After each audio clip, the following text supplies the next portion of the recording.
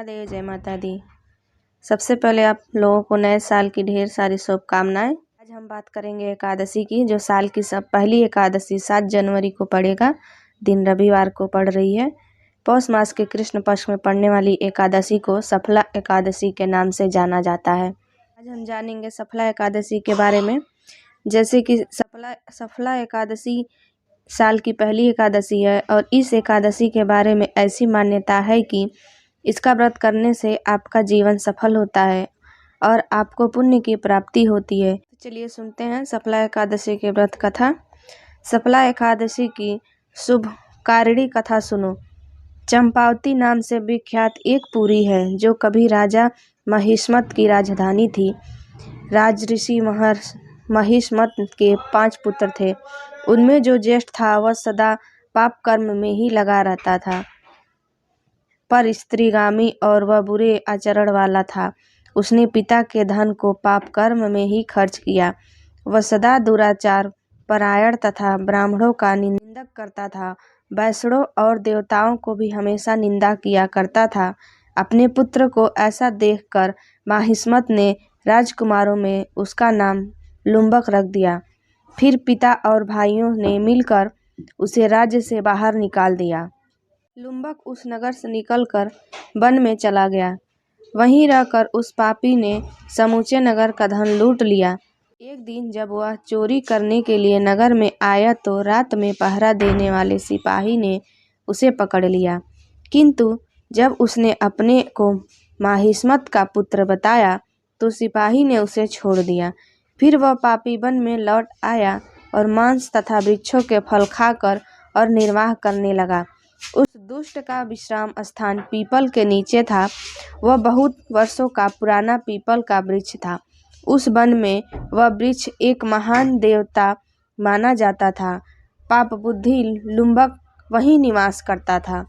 बहुत दिनों के पश्चात एक दिन किसी संचित पुण्य के प्रभाव से उसके द्वारा एकादशी के व्रत का पालन हो गया। पौष मास के कृष्ण पक्ष को दशमी के दिन पापिष्ठ लुम्बक ने वृक्षों के फल खाए और वस्त्रहीन होने के कारण रात भर जाड़े का कष्ट भोगा। उस समय न तो उसे नींद आई और न ही आराम ही मिला। वह निस्मार सा हो रहा था। सूर्योदय होने पर भी उस पापी को होश नहीं हुआ। सफला एकादशी के दिन भी लुम्बक बेहोश पड़ा रहा। दोपहर होने पर उसे चेतना प्राप्त हुई। फिर इधर उधर दृष्टि डालकर वह आसन से उठा और लंगड़े की भांति पैर से बार बार लड़खड़ाता हुआ वन के भीतर गया। वह भूख से दुर्बल और पीड़ित हो रहा था। राजन, उस समय लुम्बक बहुत से फल लेकर ज्यों ही विश्राम स्थान पर लौटा त्यों ही सूर्योदय अस्त हो गए।